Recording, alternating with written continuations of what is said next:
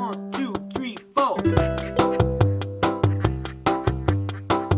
If you can do all your stuff, what can figure it out? That's how it chooses you. I know what you're going to talk about, but I brought something to that is amazing and old. But Ijoma Ulowo did an article for The Establishment, I think, on April. Hang on just a sec. I can't see you. I don't know what's going on. It says paused, but I don't know if that's me or you. Hey. Oh, there you are. It's because I made you full screen and then moved to a different screen. And it didn't like it. Oh, that's fine. I'll put you up there in the corner. As long as I know it's temporary, I'm good to go. Oh, you're working on your object permanence? She's gone, but I know she'll be back soon. It's okay. It's so true. Should we play peekaboo? That's the sweetest thing ever. She wrote an article called Welcome to the Anti-Racism Movement. Here's what you've missed. And it's fucking hilarious. It's things like, this work is the worst. Whoa, I know, I'm starting off in the most negative way possible, but look. And then she's like, you're welcome, parade. You missed it. Yeah. You know. It's super great. So I've got that on my computer and I'm just dipping into it. It's not very long, but I'm just dipping into it whenever I feel like I'm alone and no one has ever dealt with these things and it's so hard. And then I'm like, oh no, shit, this is just a thing. This is just whiteness too. You're just playing out whiteness here too. So can you email me that link or text me that link either way? Sure. At some point. The Establishment is a really great, now defunct, feminist social media website. So it's like articles and intersectional feminist amazingness.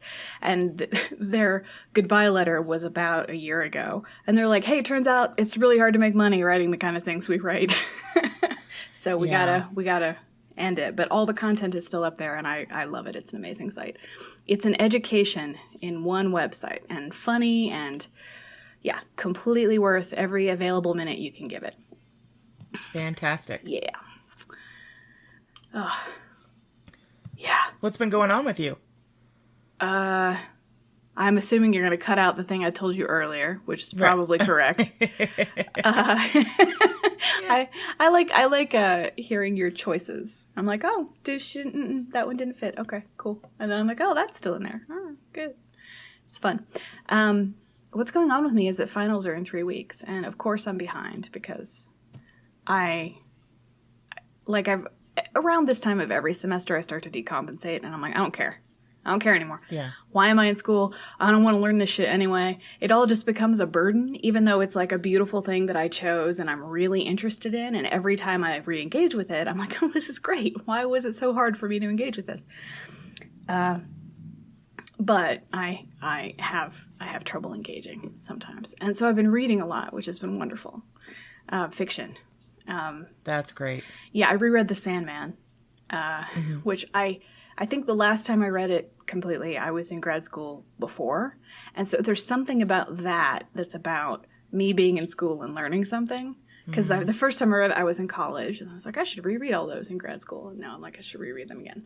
Do you think, is it providing some kind of compensation or balance to study? I think what it does is it helps me remember the bigger picture, like the bigger spiritual context that I'm operating in, which sounds, to my ears, sounds questionable based on what I know of myself. But focusing on that bigger picture and like the big reason is necessary for me because the little stuff pisses me off so bad, and I get so spun up about the little details and about, professors who haven't dealt with their whiteness 1% even, and things like that I have to like, okay, but really, why are you doing this? And it's for this like bigger thing. So just remember that you're taking little steps for a bigger thing. Remind yourself of the beautiful bigger thing, and it'll make the little steps easier. Something like that. Yeah. Yeah. And a good reminder that you're participating in a bigger story. Yeah. Yeah. So read that and have been reading other things that have been making me pretty happy. I bought Ali Wong's book because I love her. She wrote a book. She's great. She's so great. She wrote a book for her daughters called Dear Girls, and it's basically like letters to them talking about her, how she met their father and things like that. But it's super funny. And the book was great. And then the last section is her husband writing. and her husband sort of talks about their relationship from his perspective, and he's awesome. Like he's like, it's essentially like, I saw this beautiful person and I wondered why I never get to meet people like her. And then through knowing her, I've like learned how to be with a person and continually to like grow spiritually and, become like make each other more and like be better and things like that. I was like, this is a good job, Ellie. Nice That's choice. Wonderful. Yeah. I was like, oh, that's so cool. Oh, this is the thing he said, and it actually connects directly to my understanding of Chinese medicine as it stands right now. There are people who can root you, and then there are things you can do on your own to ground and balance when the winds of celebrity pick up. And this idea of rooting and holding down against wind is very traditional Chinese medicine idea. Like wind is an invasion. Wind stirs things up that shouldn't be stirred up. Mm-hmm. And wind, not just physical exterior literal wind. Yeah, not just literal wind, how we think of it, but yeah. And I was like, oh, this guy's cool. So, yeah. I'm sure it says something that I read a badass feminist comics book, and the part I liked the best was her badass feminist husband's chapter, but, that's a thing. I'm not watching his specials. I'll just, I'll say it that way. I rewatched Baby Cobra and Hard Knock Wife. Not watching his whatever the fuck he does. But yeah, it was pretty great. Yeah. Live stream of spreadsheets or something. Yeah. Yeah, right? For some reason, he's an accountant in my head. Maybe he is. Oh, I think she says he has an MBA. But which is not accountancy, but yeah. No, but same area. But businessy numbers. I'm a businessy businessman. Yes, exactly. I have to numbers. Oh, this is It Chooses You. This is It Chooses You. I'm Claire Patton. And I'm Teresa Sparks. And eventually we'll figure out what this podcast is really about. I feel like the start of the podcast so far has been us figuring out what we're doing. And I like it. I hear you. Yeah. I like it. Yeah. I've been watching, this is another thing as I've been watching. Do you know, I'm sure you know this. I'm sure when I say it, you'll be like, yeah, of course. I have never watched YouTube celebrities. Like I couldn't name any because it's all just high school to me. I was like, oh, that's just high school. And then there's a person who has been doing like basically very intelligent, thoughtful YouTube posts where he's recording himself, but just filming him recording himself. It's very interesting. So he looks like I look with this giant mic in front of him, and he's just talking about how horrible these people are, basically. And it really is actually high school. Like that's really all it is horrible sociopathic people who have no self-awareness and no empathy and no desire to learn and grow, who have a giant platform and are talking to a ton of people. And then he said this, and then she said this, and then her response, and their content is basically the notes you would write in class to like right. The content of these channels seems to me to be mostly the horrible notes that my friend wrote to the kids who were representing Djibouti at Model United Nations. I'm like, right. That, and they're making $1 million living on that. And I'm like, well, that's horrible. Yeah.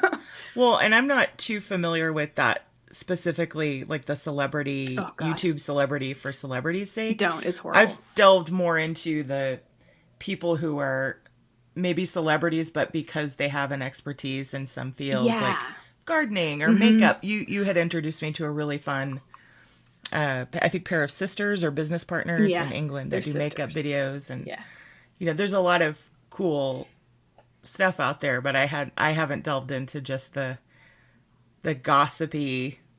It's not worth it. Please don't. No, I mean like going to channels that have someone who either really loves a topic or loves it and has expertise in it. That's great. That's my favorite part of YouTube. Like that channel, the permaculture channel, Edible Acres. I love watching that. I was like, I could watch that. It like a compilation of his YouTube videos is basically a course in what permaculture looks like over 6 or 7 years. It's amazing. Right. Totally worth it. This stuff, oh my God, don't. I don't know what possessed me. I was like, I should know what I already hate. I already don't like it. I should see if I'm right. And then of course, confirmation bias. I am right. These people are not worth living, but horrible.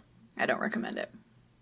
And they're like, ooh, these celebrities. And I'm like, I have no idea who any of these names are. I have no idea what this is. And it's because they're celebrities to like 12-year-olds. It's like you dipped your toe into a dark, churning waters. Yeah. And found monsters, and we're like, yep. Yeah. But like whiny, incompetent monsters. Like with very weak arms. That's right. Who don't want to admit they're monsters, so it's really, they're just like, oh no, I'm fine, I'm not evil. Meanwhile, they're like trying to cut you with switchblades. I'm not evil, I promise. Yeah. What are you up to? Well, that's kind of what I want to talk about today. Oh, so, okay. Great segue. Nice. So we've, had, it seems like for the last 8 years, summer has always been super intense for us, and maybe it is for everybody else too, but there have always been festivals and tours to do. And then last year it was all about living 2 hours away from the property and trying to get out here every day, and also commuting to work an hour each way. So it was just, every summer has been super fun and fulfilling, but like crazy. I'm just imagining all of the time you've spent sweating in an unair-conditioned car. Oh my God. Imagining all the gallons of sweat you've lost. Yeah. Yeah. Well, I realized that having air conditioning in a car is a symbol of wealth to me. Mm-hmm. Because I just haven't had it in forever. It is, so I'm though. considering it costs more money to have it. I mean, Yeah. It ruins your gas mileage. I'm considering just fixing it, just so I will probably feel like the richest woman in the world if I fix our AC. Yeah, we've spent a lot of time sweating our asses off in our car. And so this is the first summer in a long time where I feel a little bit stable and I feel like I have some leisure time, which is wonderful, because in my childhood, probably like most people, summer was relaxing time and having fun time. So I mentioned a couple of weeks ago that I had started reading some books again, which is a big nostalgic piece of my childhood, is just spending the summer reading. The other thing that I used to spend my summers doing was playing video games. Yes. Yes. So I grew up in the 80s in Texas, and it's very hot in Texas, as you all know. So a lot of the summer was spent either in the pool or at Six Flags or in the house because it was air conditioned. So a lot of time reading and a lot of time playing Nintendo. Yeah. I grew up in the era where it was the Nintendo. It was just called the Nintendo at that point, but it's called kind of the classic now. Where you had to blow on the cartridge. Yeah, Like, exactly. It would go all weird and you just like tap it and then you'd blow on it and it would be fine. Yeah. Yeah. It made scientists out of us all. It really did. How did that information get disseminated?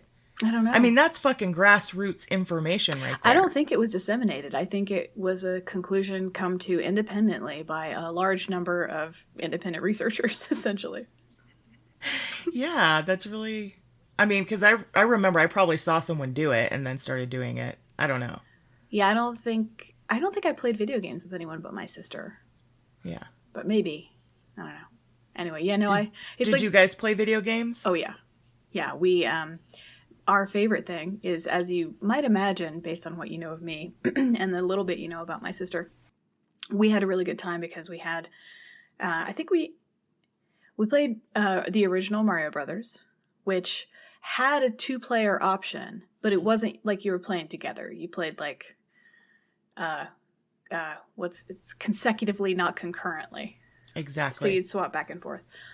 And that was annoying because I was slightly better than her because I was slightly older and had slightly better motor control. And then I got better than her faster for the same reason. And so after not very long at all, the game was I would play and she would watch. Yeah. And we would start to like narrate and I would like go crazy and I'd be like, oh my God, and I would start narrating, avoiding the fireballs and things. And we had a lovely time doing that. I used to like making her laugh. It's a very interesting social dance that happens with playing games together versus watching another person play. And I think that it says a lot about someone's personality, whether they want to be the player or the person watching.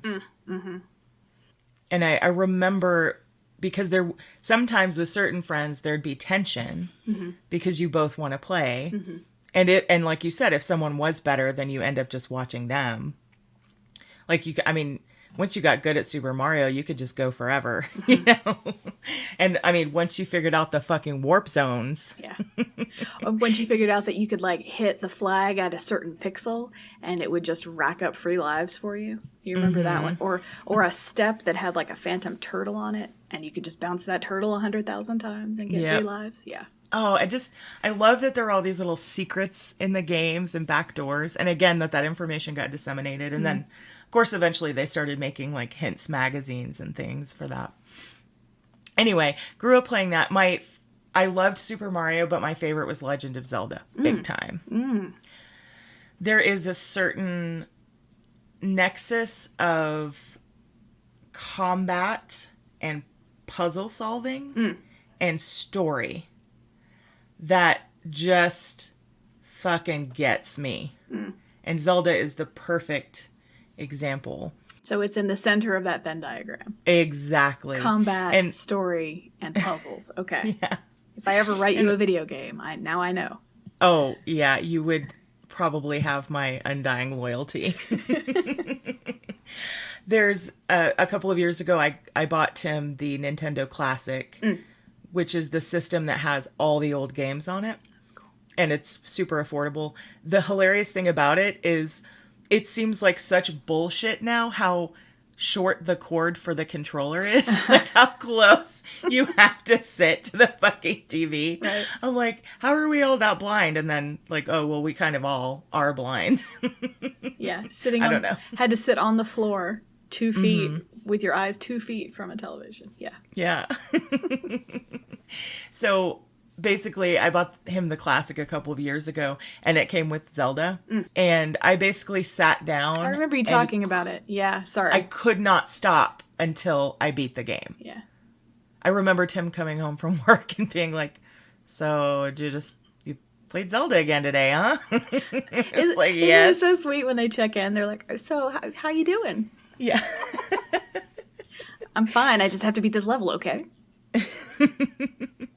And so it really brings out a nicely phrased persistent part of my personality, honestly phrased obsessive part of my personality. And these games are all designed to keep you playing as well. So basically, I think I had mentioned it, but we this week purchased a PlayStation. Nice. And I should go into why we purchased a PlayStation. So I have talked before about my love of the D&D playing stream Critical Role. And that show is performed by voice actors, and they're wonderful actors. 2 of the women on that show did voices for a game series called The Last of Us. Ashley Johnson was in the first Last of Us, and both Ashley Johnson and Laura Bailey are in the second, which I think came out pretty recently. So it was on my radar. I was kind of interested in the game. It's on the PlayStation. And then I had been watching this YouTube series, speaking of cool YouTube people, called Lessons from the Screenplay. And it's usually film. It's a guy named Michael who does amazing work basically looking at a screenplay and at a film and figuring out how to write dialogue from Aaron Sorkin, for example, or he did one on Edgar Wright, who's amazing, how to create a compelling villain, and just takes these really great examples from film. Well, he did an episode on The Last of Us, which was odd because it's a video game. And I thought, screenwriting in a video game? What even is that? And he did a piece about, in which he also interviewed the crew from Naughty Dog. That's the production company that made the game. And he discussed the art of writing this story for The Last of Us. And there were spoilers within it. But Tim and I watched that video and looked at each other and said, we have to get a PlayStation. We have to play this game. Yeah. So of course, there's potential for other games and other things, but we bought a PlayStation in order to play The Last of Us. Okay. Is basically the long and short of it. Okay. And we also thought it'd be fun to just have some mess around time. So it's been really funny because trying to catch up to the technology. Oh. Like, I'm like, well, I got to buy the game, right? And then Amanda, my cousin, said, well, you can just download it. I was like, what? Yeah, I know. Yeah. I'm completely familiar with this. Like, I want to play a game. What? I just pay for it and then it's just on my computer. What? Right. Okay, yeah. Who's in her 40s? Raise your hand. Who's not actually a gamer at all, but just occasionally likes one or two of them. Yeah. So I have been obsessively playing The Last of Us, and I'd like to talk a little bit about the game and the story of the game and why it's so compelling. But the funny thing is, of course, also in my 40s, I've got to get used to this fucking controller, which amazingly is wireless. I don't have to sit 2 feet from the TV. And yet, as I'm playing and really getting into it, I have to move close to the TV. I either stand there, bobbing back and forth as I'm playing, or I sit in a chair right in front of the TV. I cannot sit 5 feet away on the couch. I just can't do it. I think it's triggering some kind of like ancient part of my brain from when I was, 12 playing Super Mario Brothers or something. Yeah. I've mentioned that Mike and I play Borderlands 2 together, which is super fun. And I find that we sit very close to the television when we play that. But we do it because it's a split screen. And so to see enemies coming, you have to be close because you can see them from far away if you're close enough to the TV. So I'm just saying there's a functional reason for it too. It is something about seeing well. And also I feel more in control if I'm closer. And again, I don't know if that's because of a childhood playing close to the TV, but I just feel better if I'm closer to it. Feel like I can protect my guy better. Yeah. I need to be here. It's important that I be this close to the television. They can tell when I'm gone. They know when I'm not interested and bad things happen. Yeah. So kids, the original Nintendo had 2 buttons and I don't know what you call it, like a movement pad, right? Yeah. That was it. A, B. Yeah. Up, down, left, right. Yeah. Yeah. I think the PlayStation 4 control has like 20 buttons on it. So I was sort of dogging myself a little bit for how much gameplay I've engaged in lately. And my cousin said, but Claire, you're developing, you're honing your motor skills and you're developing mental flexibility. And I was like, oh yeah, totally. Like, this is going to keep me young. This is actually a neurological exercise recommended by my physician. Yeah, exactly. I've been prescribed this. So I've been playing The Last of Us, and it's basically a post-apocalyptic game, zombie game. So I have a thing about zombies, which is that I'm incredibly afraid of them. It's one of the... Then don't get involved in the celebrity side of YouTube. Yeah, right. Just avoid it entirely. Thanks for the tip, T. It's terrible. I find zombies to be an actually realistic scenario as opposed to a lot of other horror genres. And what about aliens? I need a comparison. Aliens? Well, yeah, sure. Yeah. Okay. But they don't frighten me in the same way. Because aliens could be good or bad, we don't know. They could be hostile or friendly. Ooh, well that begs the question, what would a good zombie look like? Does zombie have to mean evil? Ooh, that's a good question. I think. It depends on how you define a zombie, because if they eat brains, then they're probably...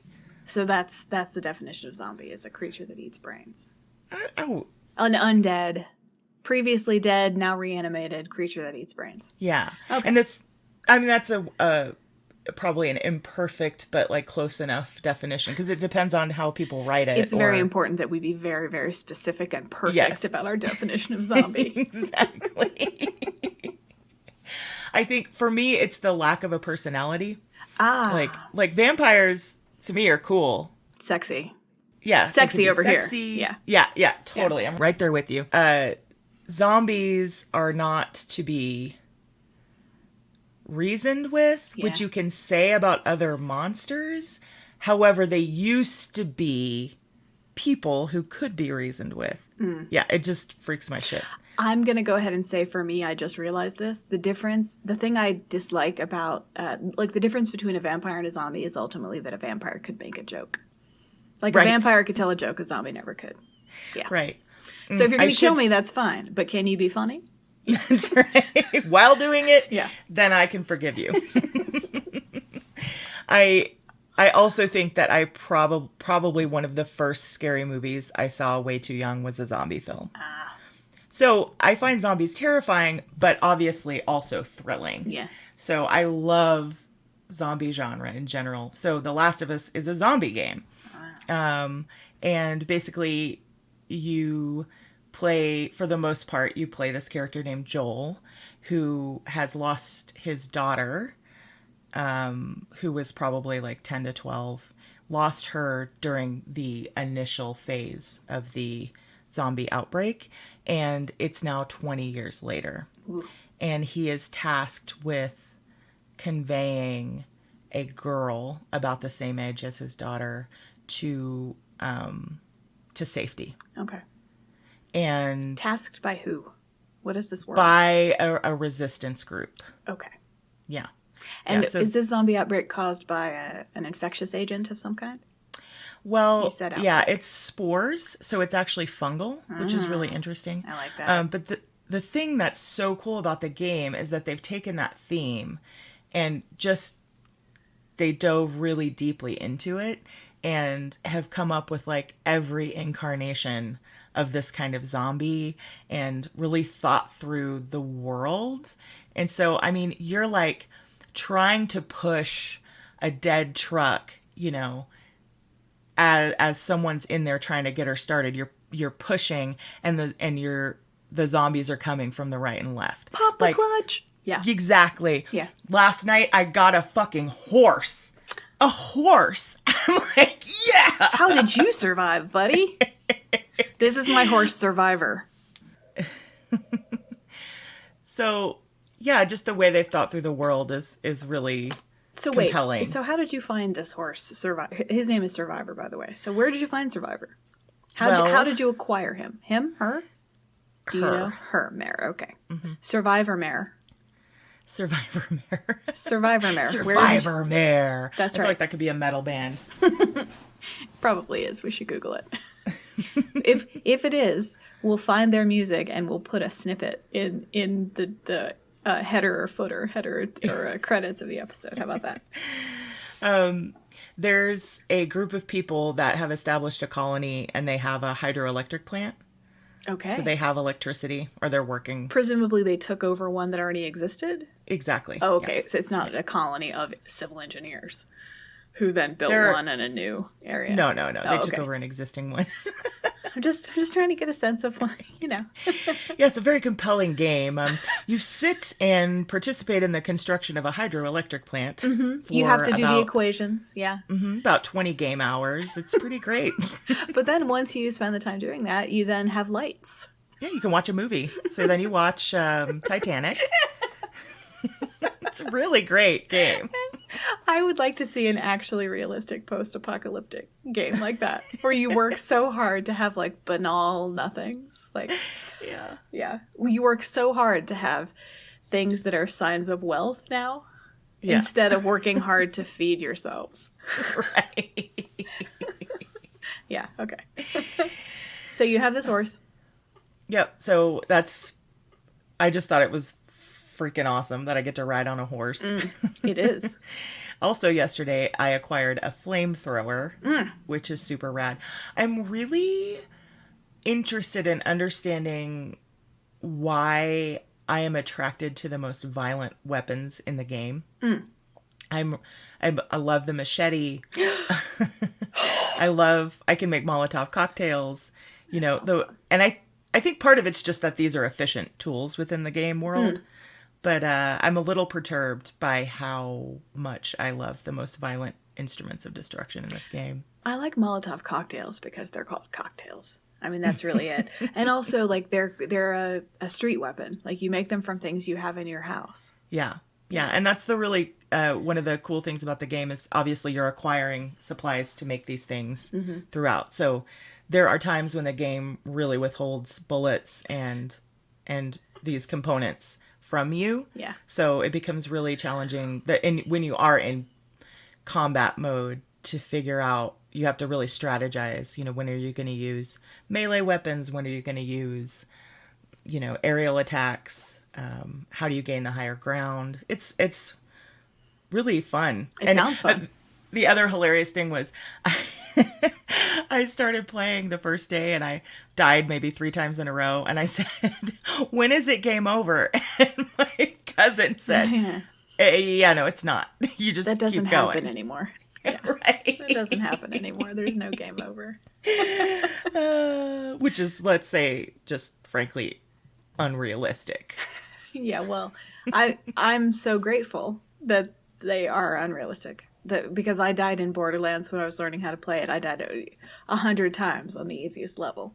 Mostly because I couldn't figure out the controller. I kept trying to turn, and then I would end up looking at the ground and not be able. I'm like, oh, wrong one. Yeah. Yeah, that's a big piece of the figuring it out for us aging folks. Yes.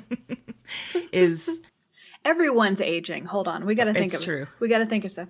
I mean, I'm okay with middle aged, but I understand that that's an assumption on my part. I may not live until I'm 88.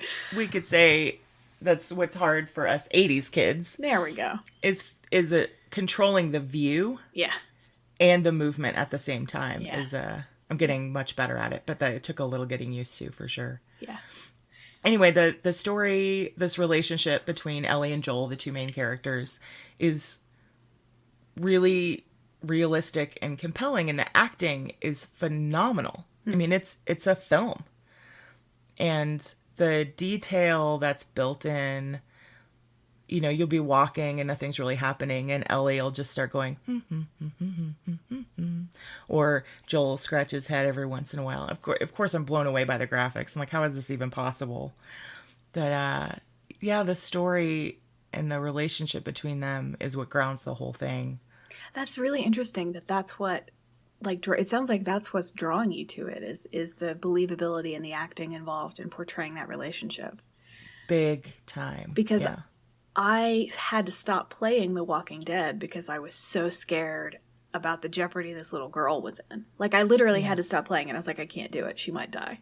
Understanding it's a game, but if my job is to protect her, I can't play. She might die. I'm sorry. That they really do a lot to build in that sense of responsibility, you feel. So there are, to the puzzle pieces of the game, sometimes it's hard to figure out how to move to the next area. So you do things like you boost her up and she jumps and then hands down a ladder, or you have to work together to open a big door or something like that. So they build this, from the player side, they build this relationship and reliance so that when you're separated, it's emotionally really hard. Yeah. So it's the interactive way that they're building the relationship that's fascinating to me. How many hours have you played so far? Well, you bought the PlayStation, a week ago? Well, I don't know when it arrived. Let's see. It got here probably Wednesday. And it's now Saturday. I'd probably say I've played 16 hours or something. Oh, okay. 20 hours maybe. At least 2 full working days. Yeah, I'm proud because I am still getting my shit done. Not inappropriate. Yeah. But I'm sort of, everything I do I really enjoy, but it's now all moved down lower on the priority list. So when I'm doing anything else, I'm like, well, I'm not playing the game. This is the level of, again, it's the intersection of combat, puzzly, and story where I just lose my mind. Yeah, plus it's summertime, and so you have that history coming too. Yeah. But it's really interesting to see what it's revealed and sort of reminded me of in my own psychology, like parts of myself that I had either just not seen in a while, or I'm just being reminded of some things like, my initial tendency was to just run into battle and melee the shit out of it, and I didn't care if I got killed. Oh, wow. So I'm like, oh, there is a berserker inside of me. Yeah. I never do that. Never, Yeah. ever. I mean, I do it less now because it's not effective. So again, your test is efficiency. Does it work? Yeah. Well, and I think, I mean, that is my first impulse with any problem, is to just throw myself at it and pound at it and see what will happen. Mm-hmm. I admire and respect it. Just like in life, it doesn't usually work out that well.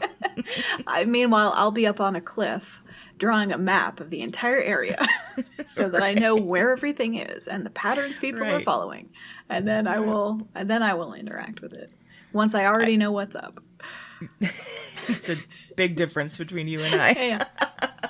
But it's been interesting to watch because what I find so compelling about playing a game is that it's a problem with a solution, in contrast to everything in life.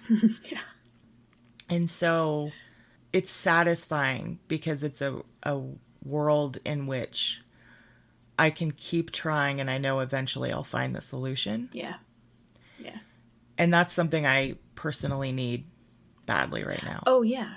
There's definitely like having a solution that is clear and that you know you can get to eventually, and that once you absolutely certainty, that comfort. Totally. Mm-hmm. I play Assassin's Creed Black Flag a little bit, and I haven't killed the two men of war that show up together because they're so big and powerful, and I am not good at sailing. I'm playing a pirate game, and I'm really bad at sailing. I'm not good at the ship part. I'm good at the running in the city part and the assassinating officers from rooftops part, no problem. But the sailing part, I'm not very good at. But I know that if I keep trying, eventually I will destroy those ships. You know. Yeah. I think I am driven by a challenge with a solution. Yeah. And it's been interesting to watch Tim play, his reaction is to get frustrated that he doesn't already have the solution immediately. So he'll get frustrated and stop playing. And I'm just driven more by the game basically negging me. Yeah. I'm like, oh, you don't think I can do this level? And there are these funny hints that pop up. When you die, they give you a hint. It's just it'll be something like, strategize a way to use your supplies, effectively in this situation. Learn how to swing a machete. Yeah, exactly. But there's one that pops up on occasion that says, remember, you can always set the game mode to easy. Oh, I find that so insulting. You bitch. Like, you dicks, come on. I'll get there eventually. I'm not on your timeline. You can always set the game mode to easy. Boy, that's a really intense insult. That's very, low key. Just remember, you always have a way out. Yeah. Ooh. Yeah, no, that would piss me off too. I'd be like, meh. Although sometimes I'm like, man, I'm doing really well at this game. This is going I'm just killing it. This is amazing. I'm so much richer and stronger than any of the people I'm playing. Oh, I have it on easy. Whoops. Whoops. Oh, I set it on easy mode this time. No wonder I'm kicking ass. Oh, I'd read a bunch of articles and there were a few that were like, go ahead and try on easy mode your first time. I was like, no. It was a matter of pride. I was like, normal. I don't think that I'm the type of person that would go back and play again on hard mode and find that satisfying on any level. Like, once I know the story, it's a while before I'll want to return to it. Yeah, I'm not a person who goes and tries to get every extra thing and will replay a level until I kill a certain number of enemies in a certain way. I don't give a fuck about any of that. Yeah. It's mostly, for me, it's about exploration. It's about what is this world? I want to see all the parts of this world. Mm-hmm. Yeah. Just thinking about Borderlands. Because the story of Borderlands is it's not one of the main drivers. The main driver is how much fun it is to shoot people in the head from a long distance. Yeah. But the world is beautiful. And I just go freestyling. I'm like, I'm just gonna get in this car and drive and see where I can get to. This is amazing. Yeah. I wanted to ask you a question because I know you play video games. at least my perception is that you're very intentional about when you play and how much you play. Is that true? And if so, how the fuck do you do that? No, I love that I've built that fiction for you. That my smokescreen is intact. My lies are successful. Thank you. I am not very intentional about when I play them. I'm aware when I'm playing too often. And I can tell that I'm playing too often because I get really antsy when I'm playing. And I have this constant pull, like, you gotta go do something else. You gotta go do something else. But when I have time and when it's fun, and certainly when I was getting high a lot, oh my God, it's so beautiful and fun. Oh, not very good at shooting people when I'm high, but everything is so beautiful that it kind of makes up for it. Yeah. And maybe I have that perception because you used to announce it to me, and now I'm going to spend the afternoon shooting some guys from far away, you know? Yeah. So I thought, oh, well, she knows what she's doing. She's intentional about it. And this isn't impulsive. No, it's totally impulsive. I have so much to do for school that it's hard for me to, I don't really have 4 hours to spend doing something else. And if I do spend 4 hours doing something else, it has to be like equally valuable in my life. And relaxation is what happens after I've studied for the day, you know.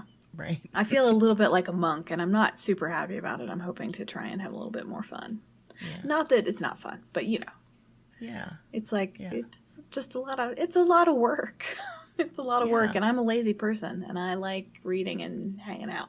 So, yeah. Yeah. Well, a lot of times the things that really drive us and the things that we love are hard. Yeah. Hard work. Well, I saw a great meme, and I think I shared it with you when I saw it, because I was like, oh, that's completely perfect. Which is, somebody said, you know, I look at life like I look at video games. If the battles are getting harder and the bosses are getting stronger, I know I'm going in the right direction. Oh, that's really beautiful. Isn't that beautiful? I like that. Yeah. So I'm like, this is a battle. This is a battle right now. So, okay, I'm going in the right direction. Yeah, that's great. Yeah. So what games do you have on this new machine? Is it The Last of Us? That you got it specifically for that, and that is the game you have? Okay. Did you stop playing the little Nintendo thing? Or the We actually broke it out a couple weeks ago, and this is funny. I actually got really frustrated playing it because I wasn't good at any of the games anymore. Mm. So revisiting it and being shitty at them was really unenjoyable. Because I wasn't willing to devote the time to get good at them again. Sure. So yeah, we broke it out, and I think we played about 5 minutes of 10 different games, and then we were like, okay, we're done. Yeah. Yeah. Mike has a Nintendo that he got out of the basement at some point, and I played a few minutes of Super Mario Brothers again, and I was like, nope. Yeah. Nope. Yeah. Not worth it. Whatever that was, it's gone. No magic here. I will say we have plans to get a lighter, more fun sort of, I don't know what they call it, but like something more in the vein of Super Mario Brothers. Oh, yeah. Just a fun, and that I will play and have fun with, and then be able to leave it, no problem. Yeah, I mean, new games. I have fun with new games. Yeah. I have fun with games I play on Steam that are new. I have like cute little ones on Steam. Man, there's so many cute little indie games that are just about being cute and pretty. Yeah. I love it. Yeah. There's actually a cooperative game on the PlayStation called Unraveled, which I've seen people play, and you're these it's a beautiful game. You're these two little yarn creatures, and you're connected with a piece of yarn, and you have to leap over and help each other, and that I'm excited to try that one. And I'm interested in cooperative games because I don't know if that was a thing when I was a kid and video games were out. So I'm excited to try that and see what that's like, because I love cooperative board games, which you and Mike introduced me to. So let's give Mike full credit. Yeah, it was Mike. Yeah. Mike introduced me, and then he introduced people I know. Yeah. Yeah, we another friend of his has been having a little bit more time because his child is a little older, so he has a little bit more time to do things that are not about the baby. And there's a board game called Lords of Waterdeep that I know it. Yeah, you know it. Yeah, I was trying to remember if we'd played it, but I don't think we have. And I really like it. It's a fun game, and it's available on Steam. And you have to buy a membership to the company or whatever, but it was like $8, and now I can play with both of them online. And I'm like, well, that's cool. awesome. For $8, I can play this game I really like with 2 people I like, and we don't have to leave our houses, which we're not allowed to do anyway. So. Oh, that's a really good idea. Yeah, it's pretty great. I mean, you should do it. Do you have $8? Come join us. That would be fun. Cool. Well, let's make that happen. Do you have to make it like sit down and play at a certain time together? Or? Yeah, I think it's you are invited to games. So it would be like a normal game night, except it would all be in our homes. That's cool. Yeah. Drinking alone, but together. Together in our hearts. Yes. This tequila, I like you so much. From Joined far by away. gaming and alcohol. That's right. I miss alcohol, man. I'm telling you, sobriety is fine, but it sucks. But it's fine, but it sucks. And I don't miss drinking it, because when I drink it, I feel like shit. And so I'm like, okay, well, it's clearly poison, but remember when it wasn't poison? Right. No, remember when your body could metabolize poison and it was super fun? Yeah, no longer. I feel the same way. But I'm not, that is so clearly what keeps me from drinking. Yeah. Like, I don't even miss it. I'm just like, I don't want to feel that way ever. I keep trying and failing. I have like half a beer and I'm like, why the fuck did you do that? You're going to feel sick for 3 days. Yeah. God. Yeah. Well, I mean, and I keep saying like, and it's kind of funny, but it's kind of sad and like indicates my own personal blocks in a way that I'm not necessarily comfortable with. But like, I keep joking that I'm going to have to start running, as though that's the worst thing that could happen to somebody, is that they have to start exercising to take care of themselves and feel good, you know? Like, hey, I'm there with you. I think it is the worst thing that can happen. like, oh no, I'm going to have to start taking care of my body. Ugh. Yeah. I mean, it pretty clearly indicates my state of relationship with the physical form here. Yeah. I'm like, the body is an impediment. It is. It's in the way. As long as it carries my brain around, I'm cool. Yeah. No. Poor thing. I'm so sorry. Hug myself. I'm actually really proud of both of us being people more in a tendency toward the cerebral. I by no means anyone am I saying intelligent, just cerebral. Yeah, that's right. Kind of bookish people who would rather be reading a book than almost anything else. Like, yeah. I'm proud of us for how much we do tend to our body's needs. Yeah, so. Yeah. I mean, I've made great strides recently. That's how I'll put it. Made great strides recently. I keep waiting for the reward that I expected from it is the problem. Like, the first time I was like, wow, sobriety is really interesting. And now I'm like, and now it's just normal. So, okay, it's just normal. And I feel like this is how people get sucked into, like, the hell of, like, CrossFit competitions. Is, like, whatever level you achieve becomes normal, and then you have to go even harder and further, and then you end up climbing 3 14,000-foot mountains in a single weekend. And that's what you have to do to feel good about it again. And I'm like, well, that sounds like hell.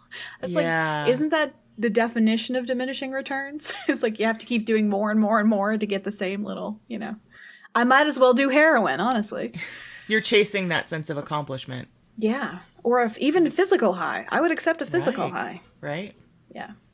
I would accept a physical high. Negotiating with the world. Okay, I can't have a chemical one anymore. I'll take a physical one. That's fine. If I Bring must. it on. If I must. If I'm reduced to that. Yeah. Oh my God. It's funny, this is unrelated to anything, so feel free to cut it, but I said that I reread The Sandman, which was great, of course. Neil Gaiman himself talks about reading, I think, Harlan Ellison's Deathbird stories. He said, I think, at a time in his life when a single book could change him forever, and that's kind of how I feel about The Sandman. Like, I read it, and it really, formed my relationship with story, in a way. And it's funny, when I reread it, I said, it tends to be when I'm in school for something. But I started rereading it, and then an advertisement popped up in Amazon, like for an Audible subscription or a free trial of Audible, because apparently The Sandman, like, they're making it into a miniseries or something. And so there's suddenly a lot of advertisement around it. But before I knew they were making it into a series, I was like, I have not said the word Sandman out loud. Is the camera in my computer watching me read this? And is now...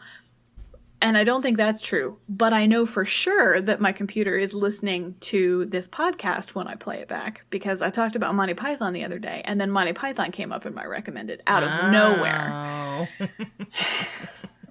I was like, okay, surveillance. How's it going, Jeff Bezos? Yeah. My God. How's it doing, the algorithm? Oh, which is also why Winter Soldier is such a great movie, by the way. When the whole world is determined by the deaths of everyone determined by an algorithm. Yeah, we're already living that. Yeah. Jesus. Well, that's what I got this week, T. Well, that was great. Thank you. Yeah. I liked hearing about it. Yeah, we have in the works for a future episode, we have a very fun interview that we keep trying to schedule with someone who lives around the world, and the timing issues involved with that and various health concerns, etc., have made it a little challenging, but that's coming soon. Yeah. I have this impulse where I want to go back and like obsessively listen to all of the things, all the stories I've told, and fix them. And then I realized instead of that would not be at all interesting, I don't think. But instead of doing that, I could just, put some effort into actually crafting a story instead of just showing up and wanting to shoot the shit for an hour. So maybe I'll try that. Maybe I'll try and put some effort in. You say that, but last week you mentioned that you really like it when we have the back and forth. I do. And so in order for that to have space, I think it's commedia dell'arte, right? You need a structure. Yes. But you also need room within that. So yes. And I totally hear you and I agree. I'm saying I don't even have enough structure to make that happen. I don't think that's true. I don't think that's true. All right. I think you've done you're the some one good who's ones. trained, so. You've got some good ones in there, T. This is my fundamental neurosis. Perfection is the goal and excellence will be tolerated. Yep. It's not helpful. It's not good. It's just always there, Yeah. Yeah. Well, thank you so much for telling me about your relationship with a specific video game and video games in general. Thank you for listening. I think you should immediately go and we'll get the Lords of Waterdeep and we'll schedule something.